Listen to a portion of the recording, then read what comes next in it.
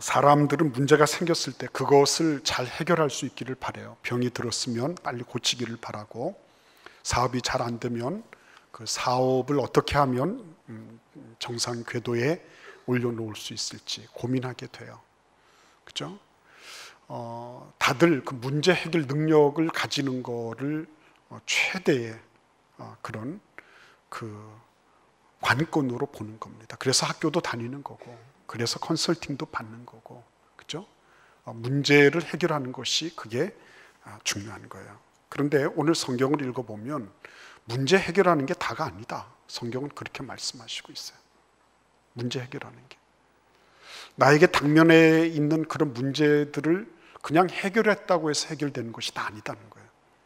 그보다도 훨씬 더 중요한 게 있다. 이렇게 말씀하시는 것입니다. 히스기야 왕은 대단한 왕이었어요. 아수르의 사네립 왕이 침공했을 때 담판을 했으니까요. 담판을 해서 그래서 은 300달란트, 금 30달란트 주고 입막음해서 보냈어요. 조공국가가 된 거죠. 그러나 다른 모든 유대 전토가 다 초토화됐는데 그래도 예루살렘은 살려내고 소위 말하면 국가의 종묘사직은 지켜낸 거예요. 그러면 문제 해결 능력이 있는 거죠. 근데 문제는 어디 있냐면 그 문제 해결 능력 때문에 또 다른 문제가 발생했다고 하는 것입니다. 히스기야 왕은 직접적인 원인에 대해서 즉각적으로 반응했던 사람이에요. 사네립이 침공해 왔다. 예루살렘 포위가 됐다. 그리고 지금 국가의 운명이 정말 바람 앞에 촛불처럼 그렇게 위기일발이다. 그래서 자기가 했던 것은 즉각적으로 사네립이 돈을 좋아하니까 돈을 갖다 바침으로 이 모든 것을 해결했다. 이렇게 해결하고 나면 다 끝나는 줄 알았어요. 근데 문제는 이게 직접 원인을 자꾸 제거한다고 해서 이게 다 끝난 게 아니라는 거예요. 직접 원인을 해결하고 나니까 어떤 일이 생겼죠? 소위 말하면 선택지가 많아진 거예요. 자꾸만 즉각적으로 이렇게 반응하다 보면요, 옆에 것이 자꾸 보입니다. 이번에는 아수르 왕한테 가서 굴복을 하고 조공국가가 됐는데 딱 옆에 보니까 애굽이 있는 거예요. 에집트가 강성하게 저 남쪽에서 딱 버티고 있는데 거기하고 조약을 맺고 동맹을 맺으면 든든할 것 같은 거예요. 그러니까 여러분, 직접 원인에 대해서 이거를 자꾸 그때마다 직접 대응해 가기 시작하면 선택지가 불어나면서 자꾸 좌고우면하게 돼요. 자꾸 좌우를 살피게 돼 있어요. 그리고 선택지가 점점 많아지면서 더 많이 번민하게 돼 있어요. 여러분 식당 가서 여러분 한참 보다가 아무거나 이러는 분 계시죠? 아무거나라고 하는 메뉴를 하나 만들어 놨으면 좋겠어요. 아무거나. 그렇죠? 선택하다가 이것저것 하다가 그냥 아무거나 먹지 뭐. 그렇죠? 근데 선택지가 많아지는 것이 그게 자유라고 생각하지만 사실은 그렇지 않다는 거예요. 속지 말아야 되는 거예요. 히스기야는 아수르한테 가서 붙었습니다. 그러다가 애굽이 훨씬 더 나아 보이는 거예요. 그래서 다시 애굽으로 가서 붙었습니다. 사네립이 재침공한 오늘 본문 말씀 그 앞쪽을 보시면은 그랬구나. 이 직접 원인에 대해서 또 직접적인 원인을 제공하고 있는 거예요. 자기가 사네립을 배반했는데 이번에는 어때요? 애굽으로부터 배반을 받는 거예요. 애굽은 자기 나라하고 상호 불가침 조약을 맺었음에도 불구하고 조랑말 한 마리를 보내지 않은 거예요. 그렇죠?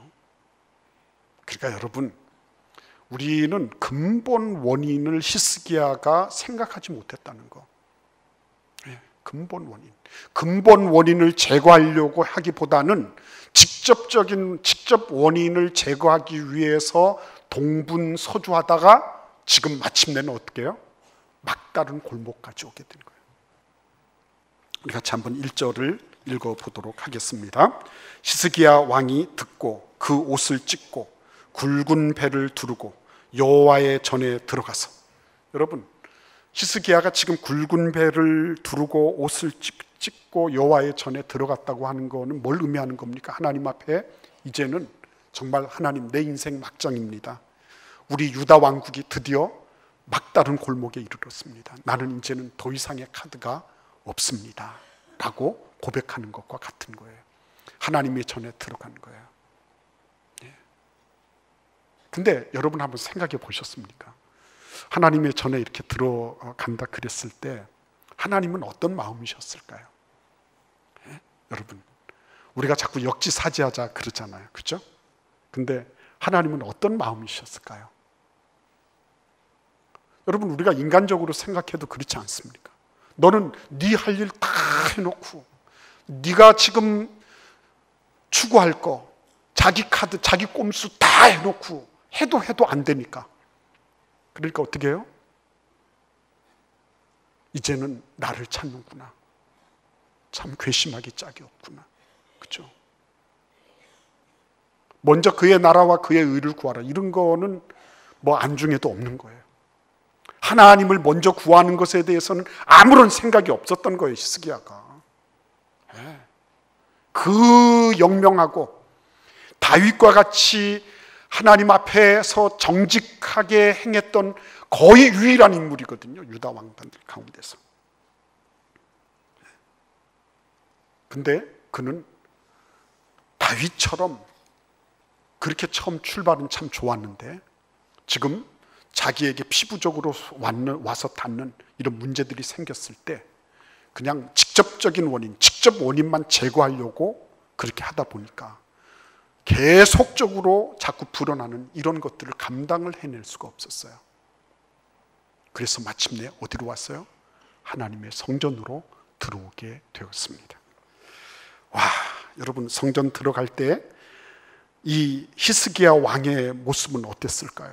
자기 옷을 찢고 거기 굵은 배를 두르고 처참한 모습 아니었겠습니까? 그렇죠? 처참한 모습이었을 거예요. 얼마나 처량했겠습니까?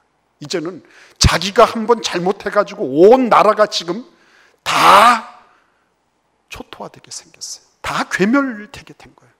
판단 한번 잘못했는데, 내가 한번 직접 원인을 한번 뿌리채 뽑아 보겠다고 허둥거리면서 나름으로 카드를 다 써봤는데, 근데 지금 이제는 아무것도, 자기 때문에 수많은 백성들이 죽어나가고, 자기 때문에 심지어는 그렇게 애쓴 그 무지몽매한 백성들이 다 지금 절단나게 생긴 거예요. 근데 여러분, 그가 하나님의 전에 들어갔다고 하는 것은, 그거는 너무너무 지금까지 수많은 실수 가운데서 그가 행한 어쩌면 가장 중요하고 가장 잘한 그런 선택이었어요. 왜 그렇습니까? 여러분, 우리가 성경 읽어보면 그 탕자 얘기가 나오죠. 둘째 아들 탕자. 이 둘째 아들 탕자가 어떻게 했죠? 돼지 우리에 들어가서 아버지를 생각을 했죠. 인생 막장에 들어가서 비로소 하나님이 생각난 거예요. 하나님은 가장 꼴찌예요. 그러니까 인생 살아가는 데 있어서 하나님이 제일 마지막이에요. 그러니까 하나님이 얼마나 비참하시겠어요. 얼마나 외로우실까요? 그렇죠? 그런데도 불구하고 이 둘째 아들이 결단하잖아요.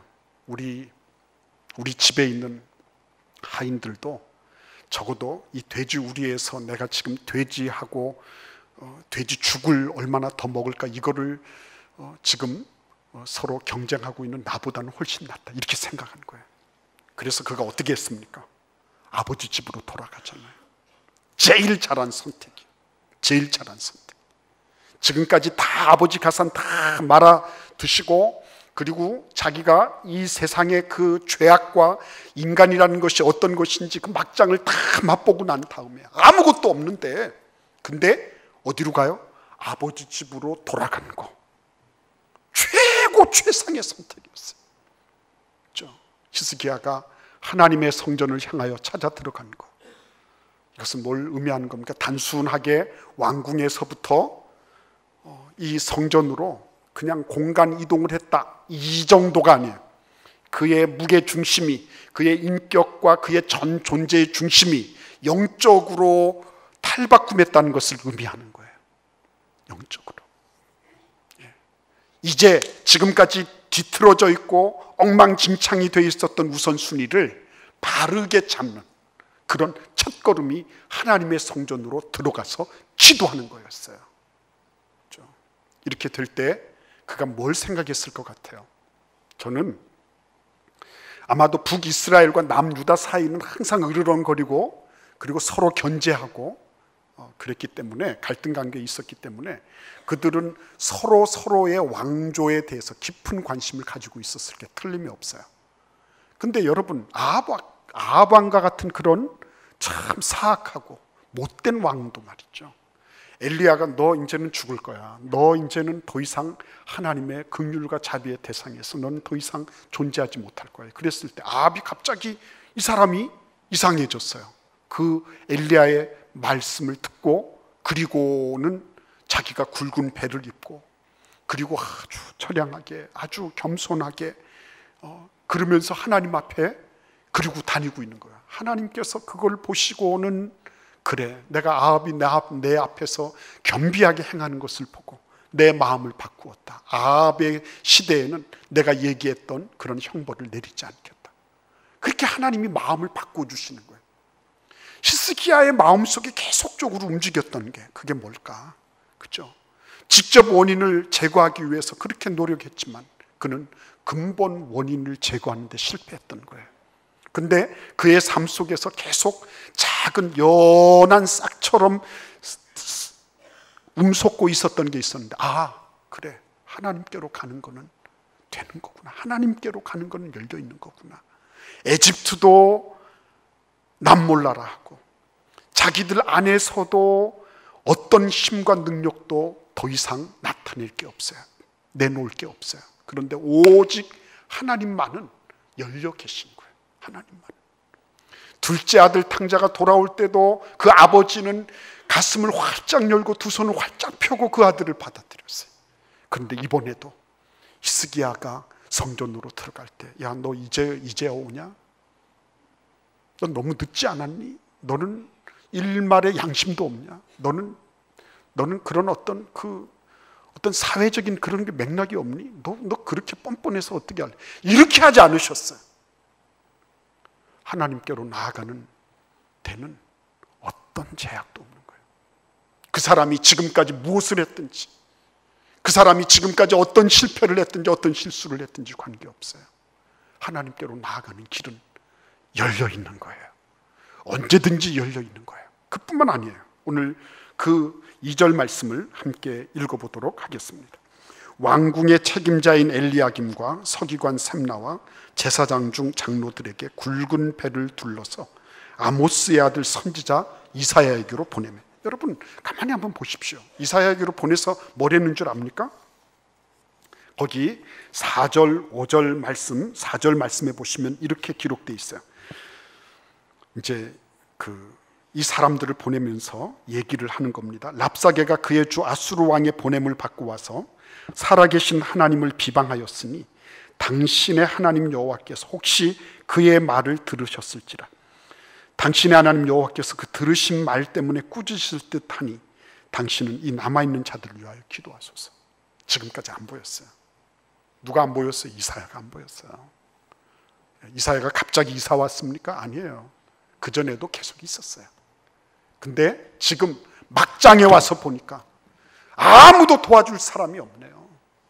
아무도 도와줄 사람이 없어요. 도와줄 나라도 없어요. 그런데 하나님께서 누구를 남겨놓으셨어요? 기도해 줄 사람을 남겨놓으셨네요. 그렇죠? 기도해 줄 사람 남겨놓으셨어요. 하나님은 당신의 성전으로, 당신의 보좌 앞으로 주의 백성들을 끌어들이시는데 항상 열려 계실 뿐만 아니라 그 주변에 누군가가 나를 위하여 기도해 줄 수 있는 중보 기도의 사람들을 남겨놓고 계셨던 거예요. 오늘 여기 보시면 이사야에게 보내서 중보 기도를 요청하는 거, 그건 히스기야에게 있어서는 정말 가뭄의 단비와 같은 원군이 된 거예요. 여러분 우리 같이 한번 이 말씀도 읽어보도록 하겠습니다. 6절 말씀을 같이 읽어보겠습니다. 이사야가 그들에게 이르되 너희는 너희 주에게 말하라. 여호와의 말씀이 너는 아수르 왕의 신복에게 들은 바 나를 모욕하는 말 때문에 두려워하지 말라. 그죠? 자기도 기도하고 중보 기도를 요청하고 이랬을 때 그때 하나님께서 즉각적으로 말씀해 주시고 있는 거예요. 그러니까 여러분 어떻습니까? 진작에 좀 이랬으면 얼마나 좋았을까요? 한참을 돌았잖아요. 금은 뜯어다가 주고 뭐 어떻게 하고 계속 그랬잖아요. 그러다가 이제 드디어 성전으로 들어와서 하나님 앞에 엎드렸을 때 그때 무슨 일이 있었어요? 그때 하나님께서 그것 때문에 두려워하지 마라 이렇게 말씀하시는 장면을 보는 거예요. 하나님은 즉각적으로 문제를 해결해 주시려고 하지 않으세요. 사네립의 군사를 내가 어떻게 하겠다 이렇게 말씀하기 전에 뭐라고 말씀하세요? 두려워하지 말라라고 말씀하고 계신 것입니다. 왜 그렇게 말씀하십니까? 외적인 어떤 것들을 고쳐주고 그런 것들을 해결해 주기 이전에 무너져버린 나의 내면의 영성들, 그죠? 하나님이 안 계시기 때문에 두려운 거거든요. 하나님이 안 계시니까 불안하고 초조한 거거든요. 온 천지와 만유를 지으신 전능하신 하나님이 나와 함께 하고 계신데 왜 두렵냐는 거예요. 그래서 하나님이 제일 먼저 하신 것은 내가 너하고 함께 하는 거야. 두려워하지 마, 쫄지 마. 무너져버린 히스기야와 그의 백성들의 마음, 그 마음을 다시 하나님은 재건해 주시고 회복시켜 주시기를 원하셨던 거예요. 여러분, 우리가 지금 이 예배 마치고 나면 다시 세상의 여러 가지 것들과 여러분 직면하셔야 될 것입니다. 어떻게 하지 하지 마세요. 어떻게 해요? 여기 보십시오. 히스기야가 정말 잊고 있었던 게 있었죠. 본인만 그런 일을 당하는 줄 알았어요. 본인만. 근데 알고 보니까 하나님도 그 일을 함께 당하고 계셨던 거예요. 하나님도. 나만 지금 예루살렘에 포위가 돼서 우리나라만 이렇게 촛불의 풍전트가와 같은 그런 위기 상황에 있었구나 이렇게 생각을 했는데 아니었어요. 하나님이 함께 당하고 계셨던 거예요. 두려워하지 마라. 아수르 왕 사네립이 정말 건방지고 교만해서 나를 비방하고 비웃고 조롱했는데 근데 그거 가지고 두려워하지 마. 사네립이 한 거는 너한테만 한 게 아니야. 나한테 한 거야. 나한테. 그러니까 내가 알아서 하겠다. 하나님이 나서주시는 거야. 어떻게 할 때요? 기도할 때. 어디에서요? 성전에서 기도할 때. 예? 주님 앞에 기도할 때 하나님께서 이 부분을 결코 그냥 넘어가지 않으시는 거예요. 내가 다 알고 있어. 너만 당한 게 아니라 나도 당했다. 너만 아픈 게 아니라 나도 아파. 그러니까 내가 할게. 하나님이 해주시는 거예요. 7절을 함께 읽겠습니다. 내가 한 영을 그의 속에 두어 그로 소문을 듣고 그의 본국으로 돌아가게 하고 또 그의 본국에서 그에게 칼에 죽게 하리라 하셨느니라 하더라. 여러분, 하나님 앞에 엎드려 기도할 때 하나님은 반드시 우리에게 하나님의 말씀으로 응답하십니다. 물론 꿈으로도 환상으로도 여러 가지 방법이 있겠죠. 그러나 하나님은 그 꿈도 환상도 하나님의 말씀의 기조 위에서 그렇게 보여주세요. 근데 여러분 뭐라고 말씀하십니까? 내가 한 영을 그의 속에 두겠다. 그의 속은 누구의 속이에요? 사네립 왕의 속에 두겠다는 거예요. 한 영을 속에 두어서 그가 어떻게 해요? 소문을 듣고 철수하게 하겠다. 그리고 본국으로 가서 칼에 맞아서 죽는 모습을 보게 될 것이다. 이렇게 말씀하고 계세요. 하나님은 기도하는 사람의 과거를 완벽하게 복원해 주시는 것은 아니에요. 우리 누가 죽었습니다. 그래서 기도하니까 다시 살아났습니다. 이런 일은 없어요. 그러나 중요한 것은 과거의 복원보다도 더 중요한 가장 아름답고 선한 길로 하나님은 과거의 그 아픔과 고통과 상처와 불안과 초조를 고치셔서 합력해서 선을 이루신다고 하는 사실이에요. 뿐만 아니라 하나님은 기도하고 하나님 앞에 엎드렸을 때 다른 말로 말씀드리면 모든 것의 근본 원인이 되시면서 궁극적인 목적이 되시는 우리 하나님께 엎드렸을 때, 그때 하나님은 어떻게 해요? 미래를 볼 수 있게 해주시는 거예요. 결과가 어떻게 되는지를 보게 해주시는 거예요. 결과가. 랍사게는 아수르 왕 사네립은 자기가 소문을 듣고 그리고 철군을 결정해요. 그리고 그동안에 그렇게 교만하게 의기양양하게 으르렁거렸던 이 모든 것들을 다 뒤로 하고 그리고는 그냥 갔어요. 어떻게? 하나님이 두신 영 때문에. 하나님의 손에 있는 거예요, 여러분. 우리가 그 직접 원인을 다 대항하고 거기에 대해서 직접적으로 할 필요가 없어요. 알고 보니까 하나님께서 그냥 사네립의 마음속에 영을 하나 집어넣으시니까 그 안에서 그냥 이렇게 확 뒤집어져 버린 거예요. 자기도 알지 못한 왜 그런 결정을 내렸는지. 그렇죠? 자기도 모르고 아무도 몰라요. 그리고 결국은 그의 생은 비극으로 끝나게 됐어요. 하나님이 하시니까요. 하나님이 하시니까요. 여기서 우리가 생각해야 되는 겁니다. 기도하는 게 얼마나 위대한 일인가. 기도하는 것이. 모름지기 기도할 수 있다고 하는 것이 얼마나 위대한 일인가. 우리 골로새서 4장 2절을 함께 읽어보겠습니다. 기도를 계속하고 기도에 감사함으로 깨어 있으라. 아멘. 기도를 계속하고 기도를 계속하고 기도에 감사함으로 깨어 있으라. 기도할 수 있는 것이 얼마나 고마운 일인지 알아라. 기도는 평등합니다. 배운 사람 기도 듣고 배우지 못한 나 같은 사람은 하나님이 기도 안 들어, 그런 일이 없습니다. 그리고 여러분들도 이 세상에서 능력 있게 살아가시려고 하면 기도하셔야 돼요. 그래야지 깔보지 못해요. 왜요? 하나님이 지켜주시니까.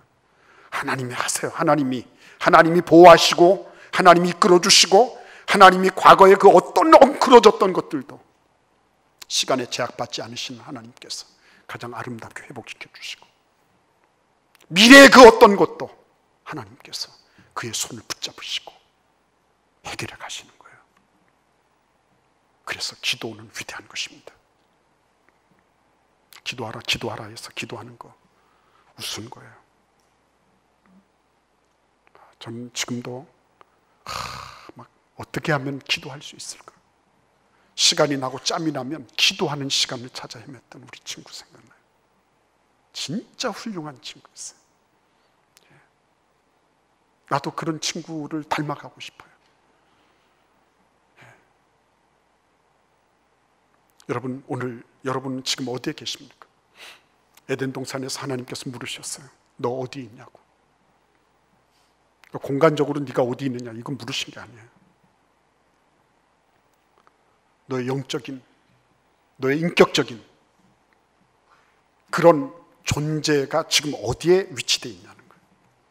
직접 원인을 해결하기 위해서 막 동분서주하고 계십니까? 하나님 앞에 나와서 주님의 성전에서 엎드려서 모든 것의 주권자가 되시는, 모든 것의 제일 근원이 되시고 모든 것의 제일 목적이 되신 알파와 오메가가 되신 그분에게 나갈 때 근본 원인을 붙잡고 근본 원인을 제거할 수 있는 그런 놀라운 은혜와 특권이 기다리고 있는 거예요. 그게 기도인 것입니다. 내가 어디에 있느냐? 우리 모두가 다 하나님 앞에서 하나님, 나는 기도의 자리에 있습니다 라고 고백하는 그런 은혜가 있기를 기원합니다. 기도드리겠습니다.